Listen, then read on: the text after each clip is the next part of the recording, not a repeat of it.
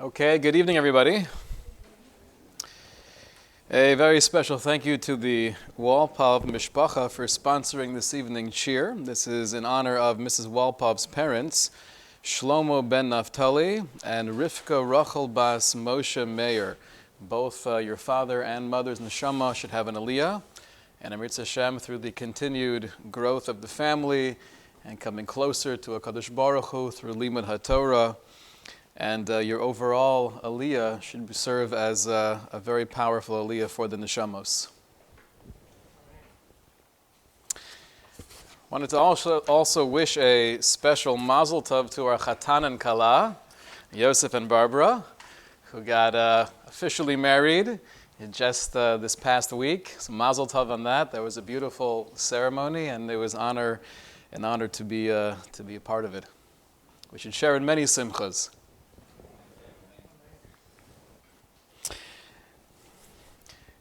I'd like to speak about two ideas and explore how these concepts are very intertwined. On one hand, we have the notion of the power of Torah, the transformative power of Limud HaTorah, our learning Torah, our engaging in Torah. And then we also have the Mesikus HaTorah, the sweetness of Torah, the geschmack, if you will. I'd like to explore what these two ideas are and how they're very intimately connected. And I think at a time like this, where we just finished Yom Kippur Katan, which is a very meaningful tefillah, there's a lot happening in the Jewish world. There's a lot of questions that we're grappling with. And I think as we go into Shavuos, a way to be mechazek, to strengthen our core, to be able to hold tight onto the Eitz Chaim, the eternal tree of life, I think it's very important that we bridge these two ideas together and we understand that intimate relationship between the power of Torah, how it's able to transform and uplift a person, and the Mesikus HaTorah, the sweetness of Torah, the Ne'imus HaTorah, the pleasantness of Torah. There's a well-known Gemara in Pesachim where Rabbi Yosef used to have a massive, lavish celebration on Shavuos. This was his holiday. And the reason he gave was, Eloha Yoma, if not for this day, if not for this special yontif of Shavuos, Kama Yosef Ika B'Shuka. There are many Yosefs in the shuk. You walk down the street, you can meet many people named Yosef, and I would just be like any other Yosef. However, because of the special day of Matan Torah, because of Shavuos, I'm different. I'm Rav Yosef. What exactly was this excitement or this celebration that he was expressing? Rashi explains, Ilav ha-yoma, if not for this day, shelamadati Torah v'nisromamti. Rav Yosef's main point was not to gloat, not to share any arrogance. He wasn't saying that I'm better than all the other Amaratzim out there named Yosef. But he was recognizing that which made him special, that which gave his life meaning. Shelamadati Torah v'nisromamti. He was saying, through my learning of Torah, I was able to be uplifted. I was transformed through my Limud HaTorah, and that's why Shavuos, personally, said Rav Yosef, is such a special yontif. This made me who I am. Shelamadati Torah v'nisromamti. Now Yosef, Rav Yosef, we find many places throughout Shas, and oftentimes the bar plugta of Rav Yosef was Rabbah. The other Amora that would argue with Rav Yosef was his dear friend Rabbah. And the Gemara in Brachos tells us that they were both exceptional in different areas. Rav Yosef was known as Sinai. Right? They called him for a nickname Mount Sinai. That was Rav Yosef. And Rabbah was Oker Harim. Rabbah was known for his ability to uproot mountains. So what's Sinai versus Oker Harim? The Gemara explains that Sinai was a praise that Rav Yosef had such an incredible grasp of all of Torah. It's as if he was the source of Har Sinai. So Rav Yosef was Sinai because of his extensive bekiyas, his knowledge in all areas of Torah. Rabbah was Oker Harim.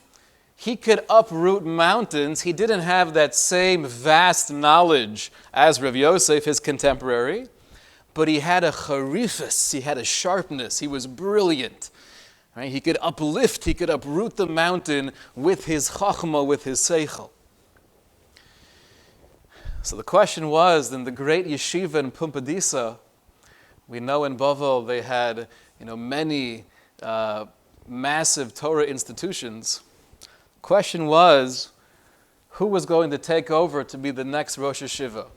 Was it Rav Yosef, who was Sinai, who knew everything? Or was it Rabbah, who was Oker Harim, who was sharp and quick? So the Gemara says, they analyzed the question, all of the Talmidei Chachamim of the time, and their conclusion was, Sinai is more necessary than Oker Harim. Because although it's an amazing thing to have a mind that could penetrate into the depths of Torah, but if we don't have that broad-based knowledge, then we might lose some of the Torah. So Rav Yosef, they felt, was more essential. His maila, his quality of knowing so much information, we need that more than Rabbah, and therefore we should appoint Rav Yosef as the Rosh Hashiva. Now it is interesting, parenthetically, that some people note it could be this conclusion of the Gemara was more so in the times before they were writing down Torah Shebaal Peh. If we're not really writing things down, or at least having a central documentation of this information, then if one brisa, if one Tosefta is forgotten, it's forgotten forever. It could very well be, many suggest, that Bisman Hazed nowadays, Oker Harim is more chashiv. Being able to penetrate and see and read between the lines is more necessary than having that broad hekif, that breadth of information. Because we have books, we could always look something up.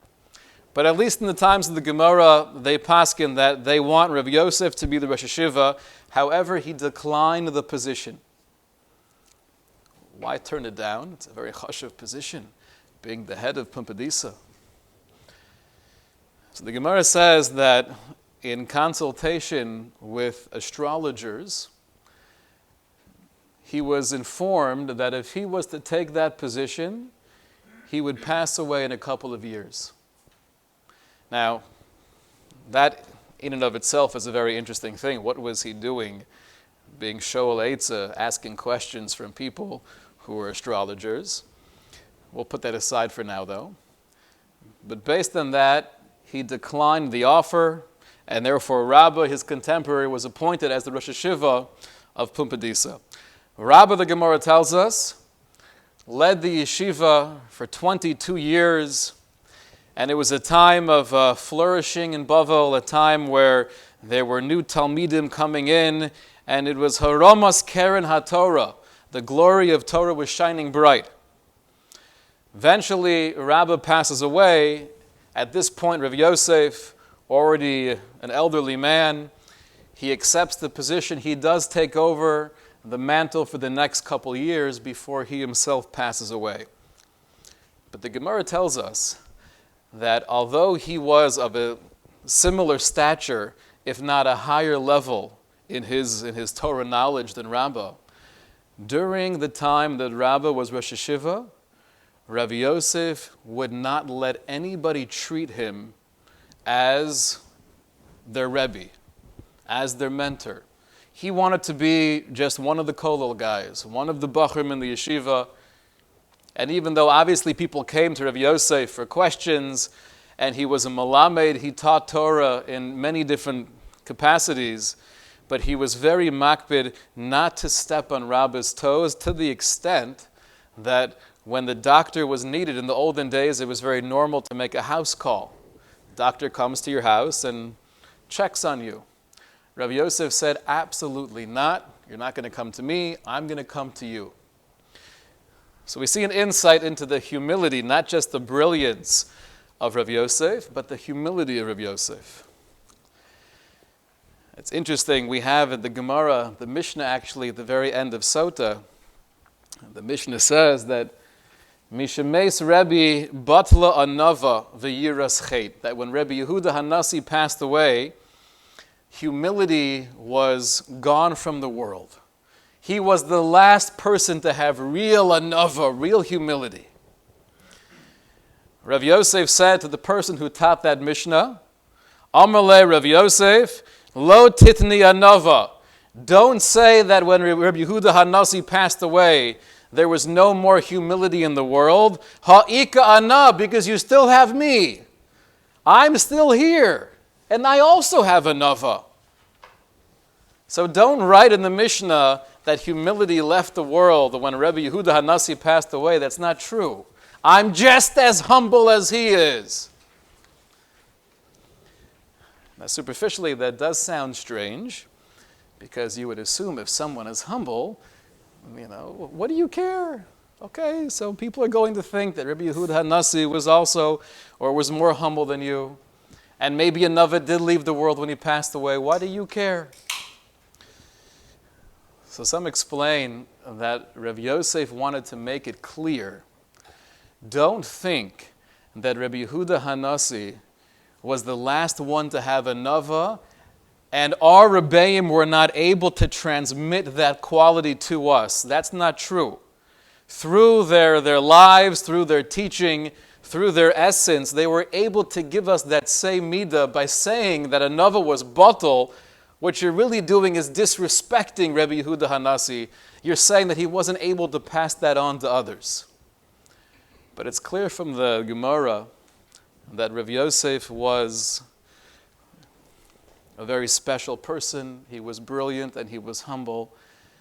How did he become this way?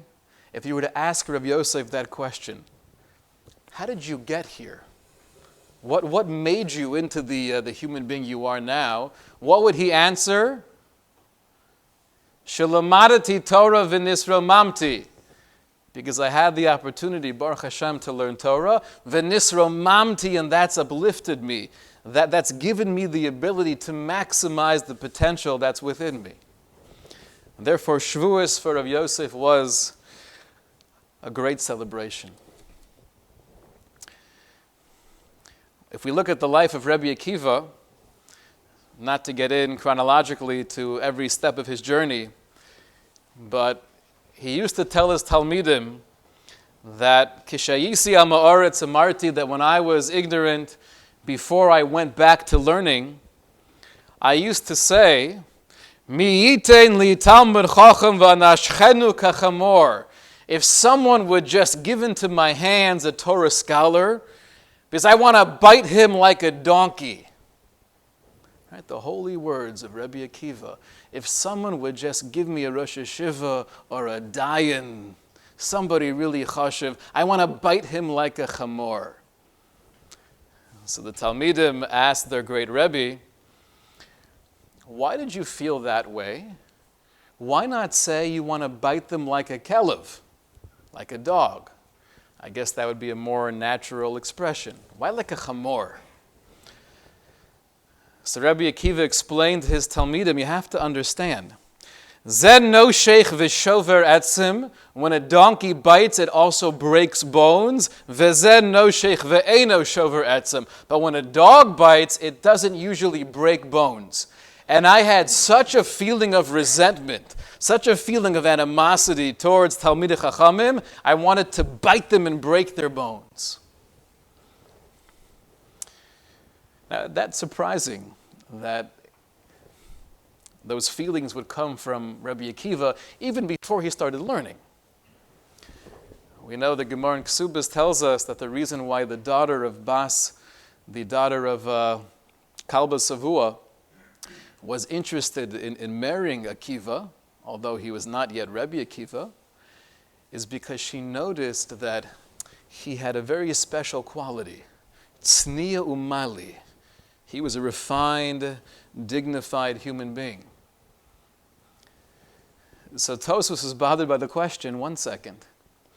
If before Rebbe Akiva went back into learning, he was tzniya umali, he was a wonderful mensch of a person, and that's why the daughter of Kalba Savua wanted to marry him, although he was ignorant. How do we understand the fact that he had such a hatred of Torah scholars? If you're a refined person, if you're a mensch, you wouldn't feel like that towards the Talmid Chacham. How did those two things go together?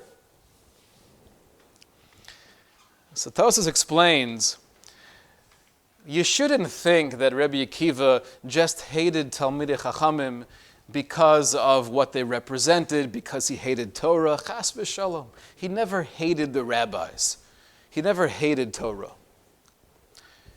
Rather, Savor, which means, at least in his perception, he thought that the Torah scholars of his time were misgo'in al amei ha'aretz, mipnei Torasan, that they felt arrogant, and they had that holier-than-thou sense about them. Because of their Torah knowledge, he felt they were looking down on him. V'hayu talmidei chachamim sonim osam. And also in the perception of Rabbi Akiva, because I think that you're looking down at me because you know so much and I know so little, that means you have a sinna towards me and towards my friends who are also ignorant. And that's where his feeling of real anger was coming from. I want to bite you and break your bones, not because I hate rabbis, not because I hate Torah. I love Torah. I'm really a good person. I'm a mensch. I'm tzniya umali. I'm modest and I'm refined. But when I feel that you're looking down on me, that really makes me angry. That's where Rebbe Akiva was coming from, though. Those were the feelings that he was grappling with. That same Mishnah in Sota, at the very end of Sota, says, Kishemeis Rebbe Akiva, when Rebbe Akiva passed away, Batal Kavod HaTorah. We mentioned this a few weeks ago. What left the world when Rebbe Akiva died? Kavod HaTorah. Having a reverence for Torah, having respect for Talmidei Chachamim. He was the paradigm of that. He was the human being that had the utmost Kavod HaTorah, that the Mishnah is able to testify when Rabbi Akiva passed away, there was no more Kavod HaTorah in the world. Nothing compares to Rabbi Akiva's Kavod HaTorah. Wow! That's an amazing transformation. Right? You're starting off as an Am Haaretz, feeling this real anger and frustration and resentment towards Talmidei Chachamim because you think they're looking down at you. You think they don't like you and therefore you want to break their bones. And then over time, you're able to transform yourself into not just someone who's accepting or loving or caring for other Talmidei Chachamim, but you are the essence of Kavod HaTorah. That's a transformation of the human being. If you were to ask Rabbi Akiva, how did you accomplish that? How did you move mikotza el kotza from one extreme to the other? What would Rabbi Akiva answer? Shelamadati Torah v'nisramamti. Because I had the opportunity to learn Torah v'nisramamti, and that uplifted me. That transformed me. That's the power of Torah. The Chazon Ish writes in one of his letters that it's not surprising when we meet real Gedolei Yisrael and we feel something so tangible, so powerful. We feel this radiance of the neshama. It's a different level human being. Where is that coming from? Explains the Chazon Ish.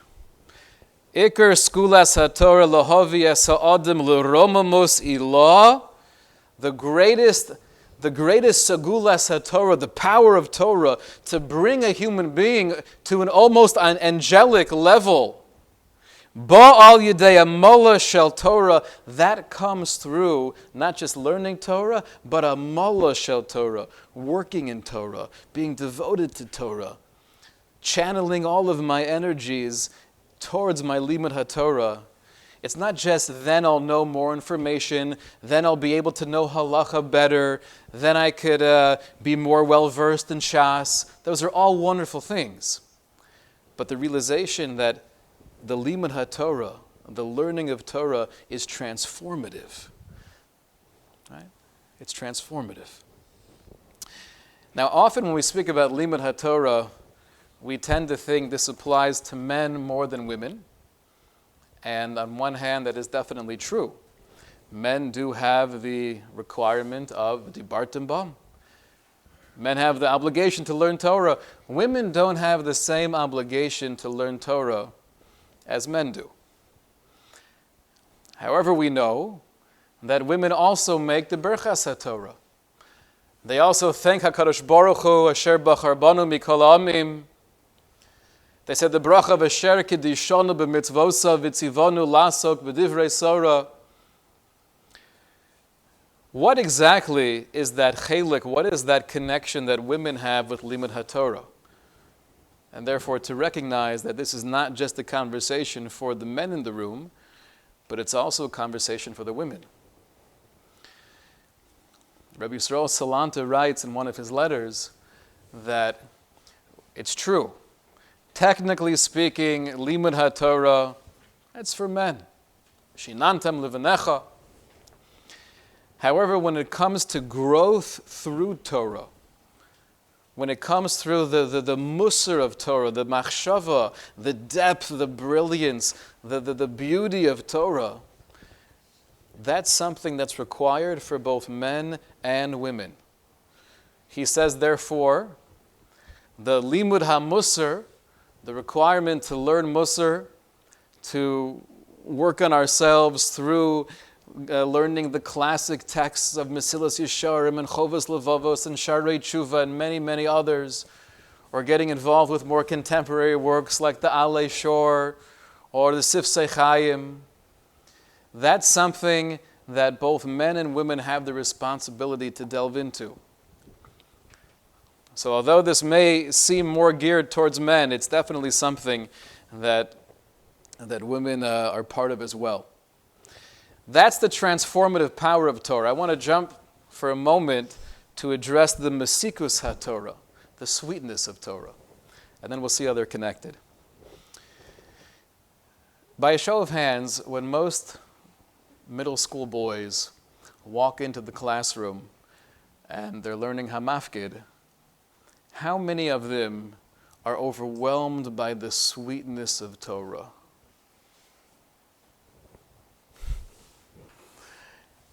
Yitzchak, what do you say? What percentage?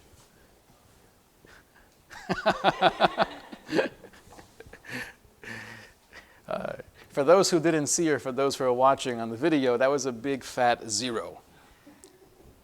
And it's not because of your school, it's not because of your rebbeim, they're all amazing. But I think if you'd ask many people, especially in the younger years, they would say, I don't taste it. Maybe it's the COVID taste buds, right? I can't smell it, I can't taste it. And then when the Rebbe gets very into something, right, this is so geschmack. Oh, so geschmack. Oftentimes, kids are sitting there asking themselves, is there something wrong with me? I would rather be doing almost anything right now than sitting here trying to understand what he's telling me. So on one hand, the Torah is geschmack. It is sweet, but it's also a developed taste. Right? The Or Chaim tells us famously, on the pasuk in Parshas Kisava, "V'simachta b'chol hatov," that we will rejoice in Mirz Hashem when we're able to follow the path of Torah. We will rejoice with the good. What is the good referring to? Explains the Or Chaim. She'im hayu b'nei adam margishim b'mesikus v'arevus tov haTorah. It's referring to Torah. And the pasuk's telling us that if b'nei adam were able to feel the sweetness and the pleasantness, the gishmak of Torah, hayu mishtogim u'mislatim achareha, they would be chasing after Torah wildly. V'lo yichashev b'neihem molek olam kesef v'zov le'uma. Nothing else in the world would be meaningful. All of the hevel havalim, the futilities of this world, would be pushed aside, and people would just be running, sprinting towards Torah. Ki haTorah koleles kol hatovo sheba'olam. Because Torah somehow includes all of the good, all of the pleasure, all of the taste in this world. It's within Torah. The Orach Chaim is not just saying we have physical pleasure and we also have spiritual pleasure, and Torah is more spiritual than physical. HaTorah koleles kol hatovo sheba'olam. The Orach Chaim is telling us, if we know what we're doing, if we have the proper atmosphere and the proper perspective, somehow all of the geschmack, all of the pleasure in the world, I can experience through the Torah. But it's also clear from the Orach Chaim that it's not something you taste right off the bat. It's not like honey necessarily, where as soon as you dip your tongue into the honey, you feel the sweetness. Because he says, "She'im hayu b'nei adam margishim b'mesikus u'merevus tova Torah." If people would sense it, the clear implication is that many of us don't. So how do we get there? How do we appreciate? How do we refine our taste buds?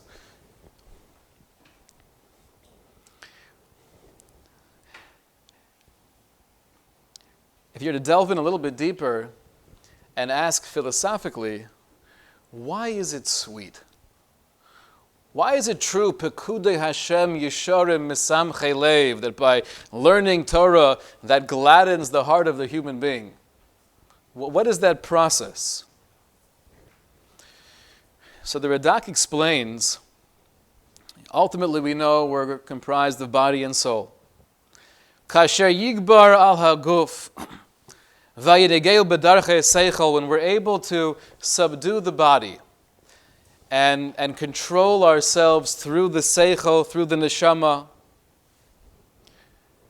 Ein simcha ba'olam kesimcha hahi. There is no greater joy than being freed from the shackles of physicality. There is no greater joy than being able to rise above so much of the narishkeit that my mind is constantly occupied with. There is no greater joy than to be able to transcend feelings of jealousy and competition and a pursuit of wealth and prestige and status and reputation. If I can somehow get all of that off of my plate and just focus on machal vaso ba'olamo, what's real? What am I doing here? How can I maximize my time? How could I enhance my relationships? How could I become more of a Ben Torah or a Bas Yisrael? That's the greatest joy in the world. Therefore, says the Radak, the pasuk doesn't say Pekudei Hashem Yesharim Misamchei Adam. The Torah doesn't bring happiness necessarily to the human being, who's a body, but it's Misamchei Leiv, referring to the Neshama. But it can bring joy to the Neshama. Meaning to say, if that's what I'm thirsting for, if that's what I'm yearning for, and that's where my mind is, then there's nothing more refreshing than being able to jump into the world of Torah. But if I'm consumed by physicality and I'm distracted by all the other things going on besides that which is real, then Torah might not taste that sweet. Torah is compared to water. What's the analogy? Torah and Mayim. So the Chafetz Chaim explained that water really doesn't have a taste. The proof to this is we know in halacha, if you're not thirsty, what bracha do you make on water? you don't make a bracha on water. If you're not thirsty, but yet you have a sip of Coke, you make a shehakol, because that's sweet. It has a taste to it. Water is not sweet. You only make a bracha on water when you're thirsty because it's the fact that you want it that makes it refreshing. The same thing is true with Torah. Torah can be the most refreshing thing in the world, but I'm not able to experience that unless I have a yearning for it, unless I'm thirsty. Shlomo HaMelech writes in Mishlei that nefesh saveya tovus nofes, that the satiated soul doesn't even want honey. Even the sweetest dessert, it's repulsive to me. V'nefesh ra'eva kol mar mosuk. But if you have a man who's hungry, who's starving, then even something that's bitter is the sweetest thing in the world. Right? The steak is only as good as the appetite. Torah is mosuk. It's orev, it's pleasurable, but we need to be thirsty. How do we make ourselves thirsty?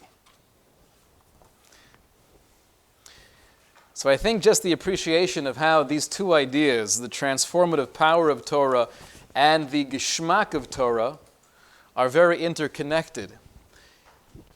The transformation of Torah comes through delving into HaKadosh Baruch Hu's world, delving into Hashem's mind, so to speak, detaching myself or freeing myself from all of the trivial issues that life can surround me with. I'm a different person. I'm angelic. And it's that same process that brings the greatest simcha, like the Radak told us. It's the freeing of the neshama, allowing the neshama to be in control. Allowing ourselves to have that clarity of vision, of machovaso bo'olamo, understanding that I have a limited time and I have a lot to accomplish. There's no greater joy than that. So the transformation and the simcha, those things are really based on the exact same fundamental issue. We're raising ourselves up. We're transcending the physical. But how do I feel the sweetness? How do I make myself thirsty? So I want to share with you an idea from Rav Aaron Kotler. This is source number 15 on page 4. And then I want to conclude with a letter written by the Rambam and a small piece from Chaim Ozer. But first, Rav Aaron Kotler quotes a Mechilta, where the Mechilta gives us the secret, how to enjoy, how to taste the geschmack of Torah, basically how to make ourselves thirsty. Imata tekablu aleichem. The Mechilta tells us, if we make that commitment, if we push ourselves to have a consistency and a diligence and a real responsibility for our learning, if it's the vastness of Limud HaTorah for men, if it's the world of Musar and Machshava and Halacha L'Maiser for women, but if we make that commitment, Im ata tekablu aleichem, then ya'arev lechem mikan ve'elech, then it will become sweet. Which is almost counterintuitive, because if you were to ask most people, why and when would you ever commit to do something every day? So either because I'll make money doing it, that's why I go to work. It might not be orev, it may not be pleasant, but this is something I have to do. Or I'll make time consistently to do something if I enjoy doing it. So if I was feeling that sweetness of Torah, of course I would make it part of my schedule. But I'm not feeling it. So how do I make myself thirsty? How do you make yourself want something you don't necessarily want? By doing it. And doing it consistently. And doing it with a sense of achrayus, with accountability. Rav Aaron Kotler says, it works in the other direction as well. The more I allow myself to deviate from that consistency, the more I don't push myself to carve out time, then it becomes that much harder because I'm more removed from that world. Not just am I lacking the habit of learning Torah, of getting together with a chavrusa or going to a shir, but I'm a different person. I'm subtly more physical. Lo rak sheyakel yoser, but says Rav Aaron Kotler, that if we force ourselves to say whether or not I'm appreciating it now, whether or not it's sweet and it's pleasant and it's geschmack right now, it doesn't make a difference. But if somehow I make this part of my life, part of my routine, lo rak sheyakel yoser, not only will it become easier, like anything we do in life, any habit we develop, elegam ya'arev lachem, but it will become sweet. It will become enjoyable. Ki masuka hi midvash v'nofes tzufim, because objectively it is geschmack. V'chol mashi yischazek b'Torah u'bi'iyuna, and the more I'm able to strengthen myself in Torah, not just superficially, not just casually, but bi'iyuna, through really delving in and trying to understand what I'm learning. And even if it's only 15 minutes a day, but I'm fully absorbed in this. My cell phone is turned off. Nobody can bother me. It's me and HaKadosh Baruch Hu through the avenue of the Torah. We have a haftacha, we have a promise that through this diligence, through this daily schedule, it will become easier and it will become sweeter. I think the best analogy is when it comes to exercise. Person gets out of exercise, it's really hard to get back into the zone. And the longer a person stays out of that world, and the more time I have where I'm not pushing myself to do something active, I have less and less of an interest. I'm so removed from that reality. So how do I get back into that reality? How do I want to actually jog again when it's, as of now, it's torture? Why would I do that to myself? The only way it's going to work is by making myself do it. And in the beginning, it will be difficult. And it might be difficult for a few weeks. But eventually, the more I do it, if I stay committed, it gets easier. And then after a while, it not only gets easier, but it actually gets to a point where I need it. I want it. How can I go to work without going for my morning jog? Right, Halavai, we should get there one day. Right? But I know such people. They do exist. They do exist. But the only way to get to the point where you could actually appreciate it is through the consistency. L'maisa, it's much easier said than done. And we have to be careful because we see from the Orach Chaim that although it can be so incredibly blissful and geschmack and beautiful, superficially it may not be. But we can't give up because we're not feeling the sweetness. We have to keep on pushing, and we have a haftacha, we have a promise from HaKadosh Baruch Hu that if we stay the course, we will feel it, we'll taste it.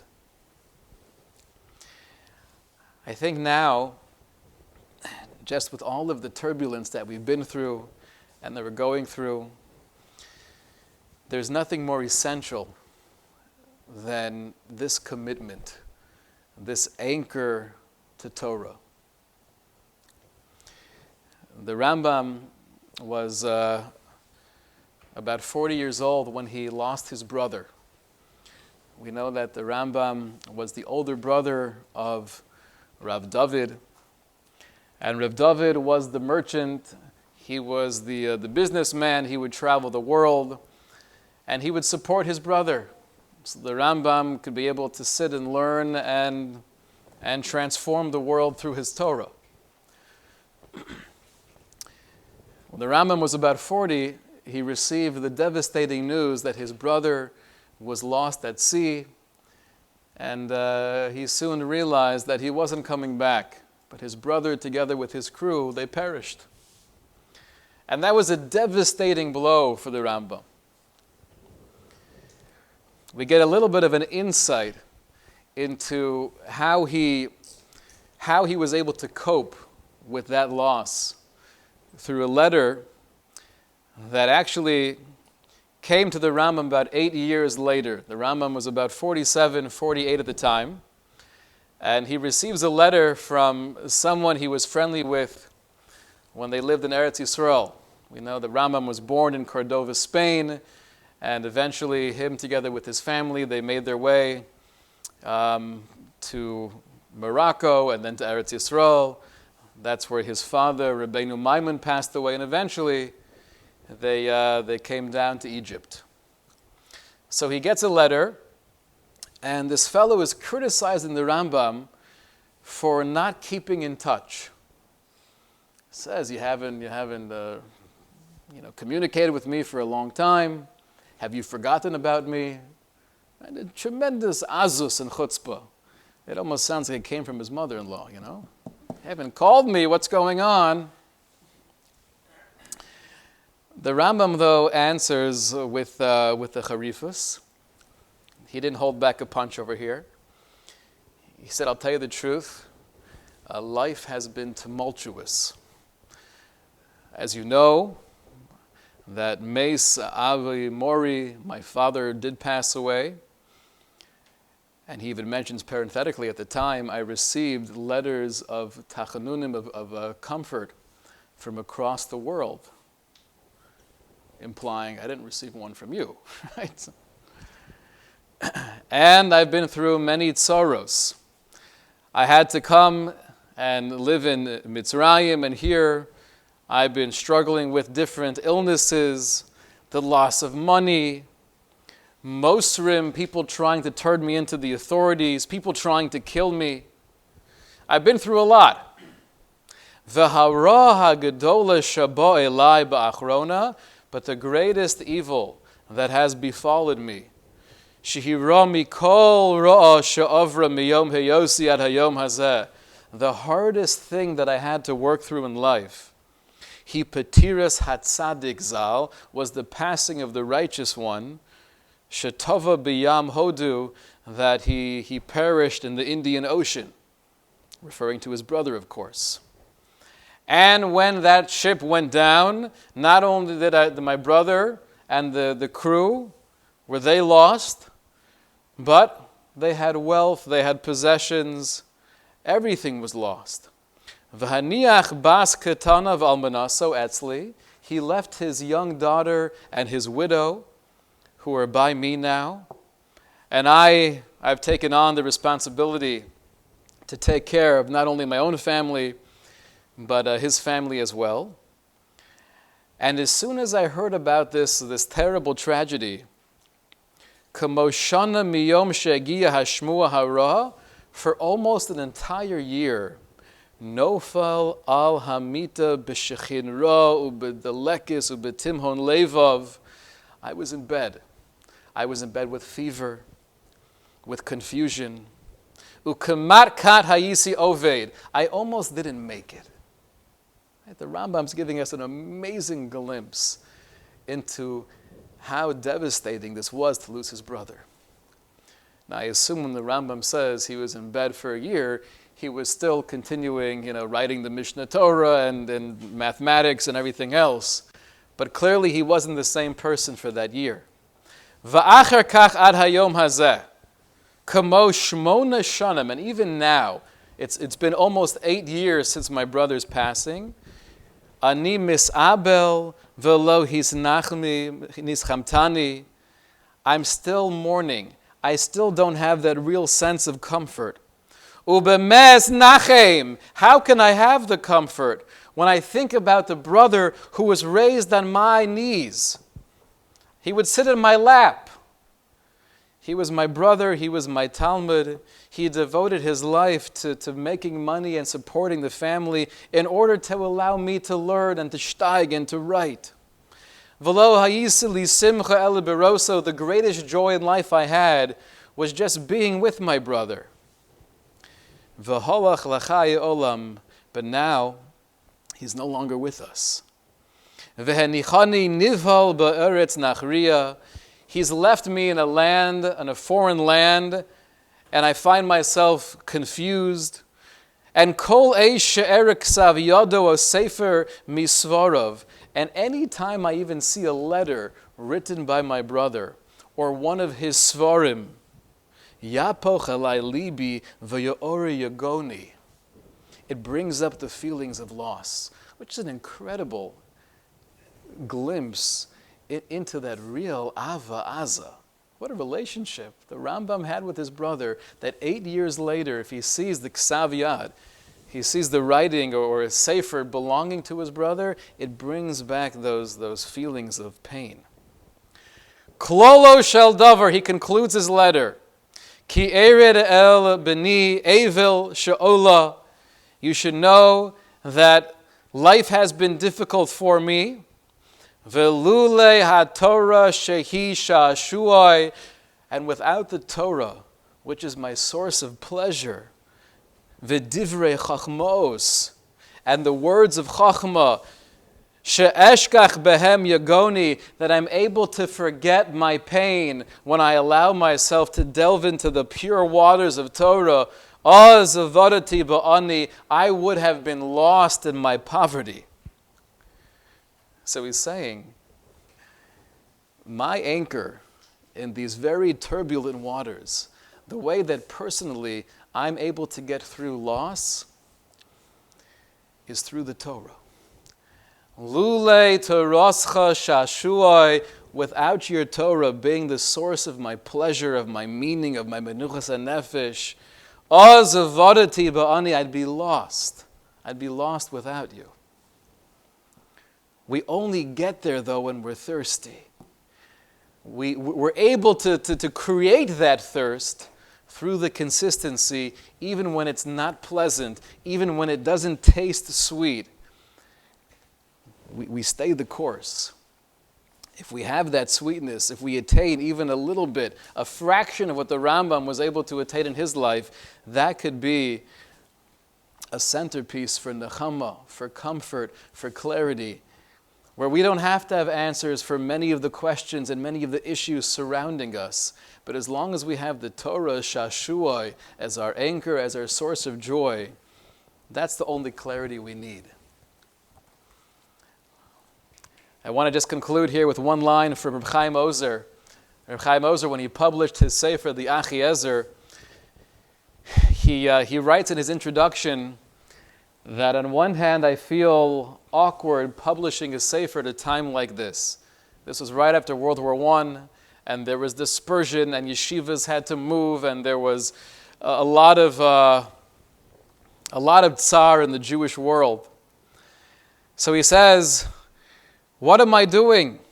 What am I doing publishing a sefer right now? Halo Yishal HaShoel, one may ask. Am Yisrael Tovea B'yam Shel Demos. The Jewish people are drowning in a sea of tears. Va'atem Omrim Shira. And you're singing a song. You're happy that you get to publish a sefer. It's almost as if you're in a building, and the building is on fire, and people are running and screaming and trying to find safety, and you're somehow totally ignoring the flames around you.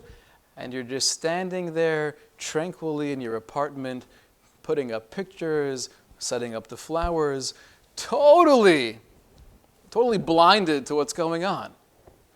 That's what it looks like, says Reb Chaim Ozer. However, I want you to know, it's not even though we're going through hard times, I think it's appropriate to share this Torah. But it's actually because we're going through hard times, we need this now more than ever.